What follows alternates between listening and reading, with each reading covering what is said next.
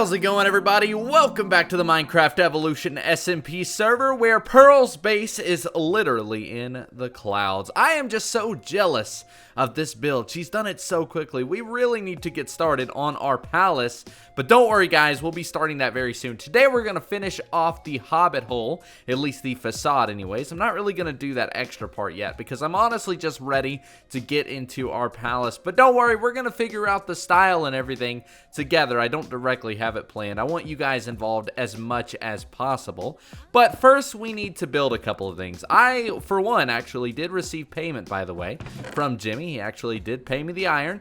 I did give him all my diamonds because I killed him and got him one death counter, and I felt bad.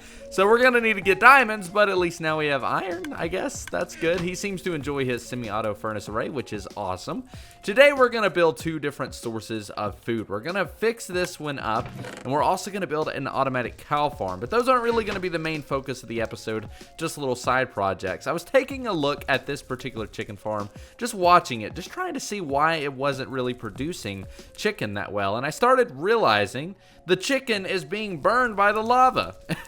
We're not even getting it. It's barely going in the chest. So what I need to do is connect a dispenser that basically, as soon as an egg flies out, it really quickly, you know, puts lava out and then sucks it right back in. I think that's going to be the best mechanism here. That way it burns the adult chickens, but doesn't keep it going so that the items get burned. So I'm going to tinker around with that. Grab your snacks, grab your drinks, and guys, let's get started.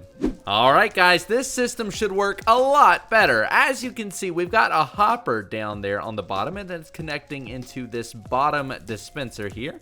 And then on top of that, we've got a dispenser with lava, and then of course we've got a comparator behind this block that's basically detecting whenever an egg goes through that hopper, and it sends a signal to both of these dispensers to basically put out a tick. And this is where we would farm our chickens to make sure that more grow. And basically, if I put down some eggs here, you'll actually see, well, I guess we couldn't see it, but you can hear it. Lava is, well, terrible example, but lava does kind of happen as it goes. So as soon as an egg comes in, it's going to let lava out very, very temporarily. And the reason that's going to help is because by the time these chickens grow up, another egg will come in, which will cause them to get burned by the lava, of course, that happens at the same time. And that should save our chicken, I hope. No guarantee, but I hope. It's also a little bit more accessible now, so I shouldn't have any problem growing this farm in the future. So I'll just have to keep an eye on it and see how it goes. Alright, Bullet, this is where you stay. I don't know why you keep going inside or how you keep getting inside, considering there's a cobblestone wall, but we're going to keep an eye on you. Stay good, stay safe out there. Alright, we just need the space to work today. I need to go ahead and build a home for Bullet in the outside portion that we're going to be building over here, but we'll get to that another day. So, oh, there it went. As you guys can see, it's actually working. Anytime an egg goes through, the lava comes out, and it looks like we actually got that chicken, which is pretty awesome. So I went ahead and cleaned that out and just threw all the feathers away just to kind of reset it and kind of get a good idea of how this will work. But I'll check back at the end of the episode. So what we're going to do now is build a quick cow farm. This is actually going to be a very, very simple design overall and should not take too long to design. But what we're going to need to do first is actually go grab a couple of these white stained clay blocks from our chest room. We're probably not even going to need it, to be honest. This cow farm is probably going to end up being used way less than this chicken farm, but considering this is automatic, whereas the one we're about to build is not. And with this fix, this is probably going to work a lot better, but we're going to do it regardless. It'll be cool to have two different types. So what we need to do first is go ahead and change all of these blocks that are going to be visible into the white stained clay, just for the nice aesthetic touch. And I kind of feel bad, if I'm being honest, because I feel like Jimmy has no farms. And I know he keeps stealing the chicken, and obviously that's not, you know, cool.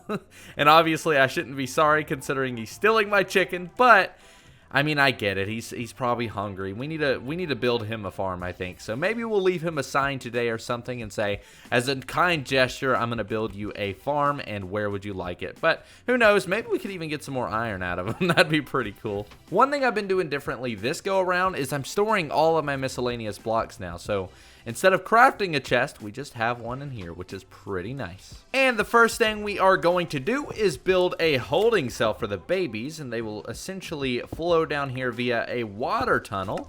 But what we're going to do now is have a dispenser and a central button. And this is really all the redstone despite the hoppers that we're going to have here. But first we need to grab a lava bucket. There we go. And let's go ahead and grab this iron trapdoor and put it here. And anytime there are baby cows in there, we can just do that. And of course it will grab the lava back. And once we have glass here, you won't even see it. So now what we need to do is go ahead and create a central holding cell for the actual cow. But first we're going to do a sign here to make sure, well actually maybe we should change this to our white stained clay first. So we'll go ahead and do that. Grab our sign, which I guess is in here now, and put that back there. And we're going to have water flowing in this direction from over here. And that is basically where we'll actually have the cows stored. But we need to make a little secret hidden passage over here that goes all the way to the other side. That way if we need to climb up, we can whenever we need to actually breed the cows. But first, let's go ahead and get the water placed. So if we go ahead and put it there, that should flow down, and like I said, that's going to bring the babies down into this holding cell. And of course, we'll have our glass here, and maybe we ought to put some glowstone up there, but for now, this will work. I'm going to go ahead and cap that off with that as well. And this area is pretty much done. All we need to do now is get some cow in this upper holding cell and make sure that we're able to breed them very easily. So let's first find where the water is. There we go. So the cow will pretty much go right in this area. And we could put a dispenser there for the water if we wanted, but I don't know if that's absolutely necessary. But we just need to make sure they can't necessarily get out here.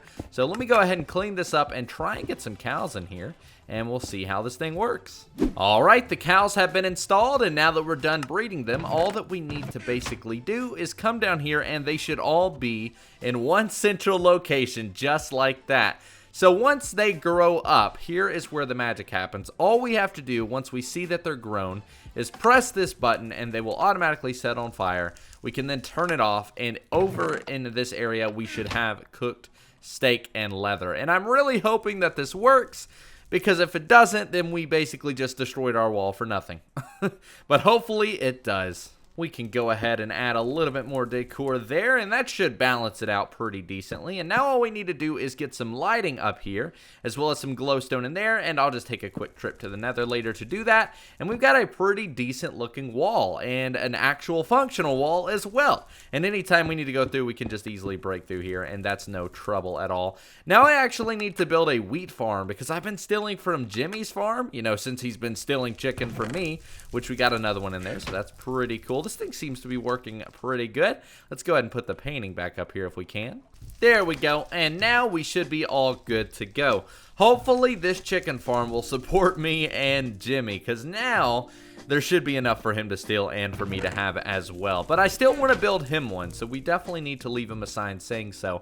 But guys, what I want to do now is grab a couple of resources together so that we can actually get the outside of this thing looking as good as the inside, if not better. So I'm going to grab some things together, and we are going to do that, and hopefully we'll also be able to landscape it and go ahead and finish off the Hobbit hole today. That way, in the next episode, we should hopefully be able to get started with the actual base project. Alright guys, I have been AFKing for quite some time now, just to see how they're going, and it's looking a lot better. Genuinely, this thing is running 10 times better than it did before. So thank you to everybody who suggested that we make that fix, because honestly that's doing really good.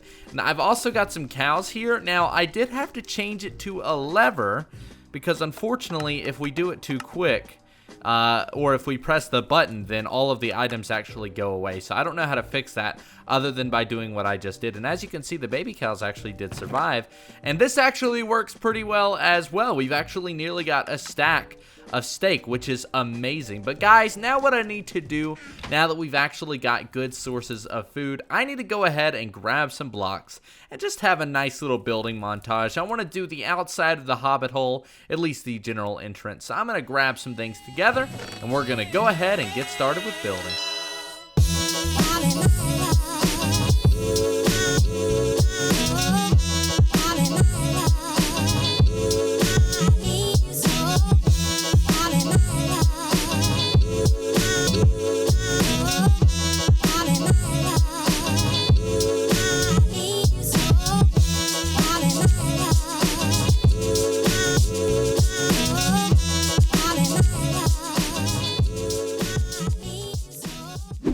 Alright guys, the Hobbit hole is officially done.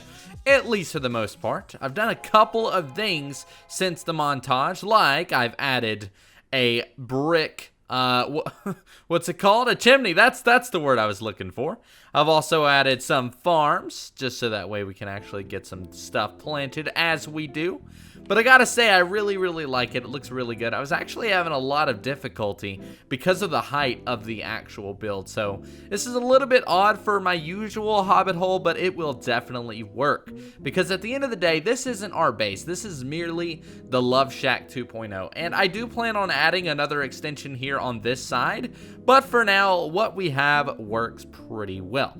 But what I want to do now, in the next episode anyways, is go ahead and start getting onto the larger base. That way we can actually compare to what Pearl's built, because obviously Pearl has definitely done something a lot more amazing than a simple Hobbit hole.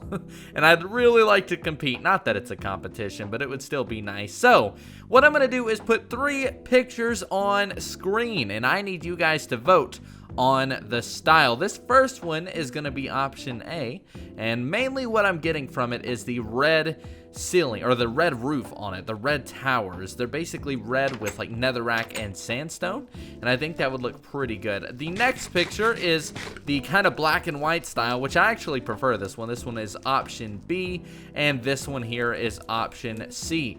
So guys, let me know by using the iCard. I promise it'll be there in the top right corner to vote on that, and let me know either there or in the comments below.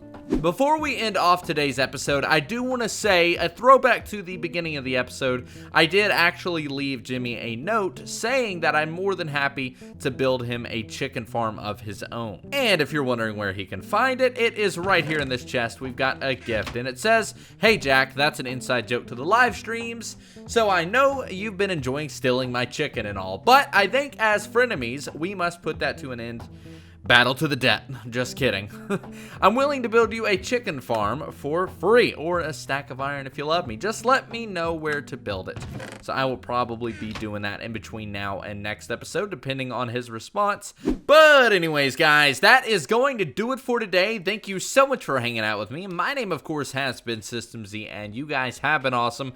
And during the filming of this episode, Minecon Earth did actually come out, and I want to know, what is your favorite feature that was shown? You gotta love the pandas, but honestly, the scaffolding, that looks really good. And of course, the taiga biome is going to be the first updated, so lots of cool stuff from it. And Martin and Big B did an absolutely amazing job, so much love from the Evo crew. That was absolutely awesome to see them on the screen and all that good stuff. But I hope you guys enjoyed it as well. Make sure to let them know on their Twitters that they did a fantastic job. And guys, without further ado, that's gonna be it for today. Thank you so much for watching. My name has been System Z. You guys have been awesome, and I'll see you in the next one. Thanks for watching.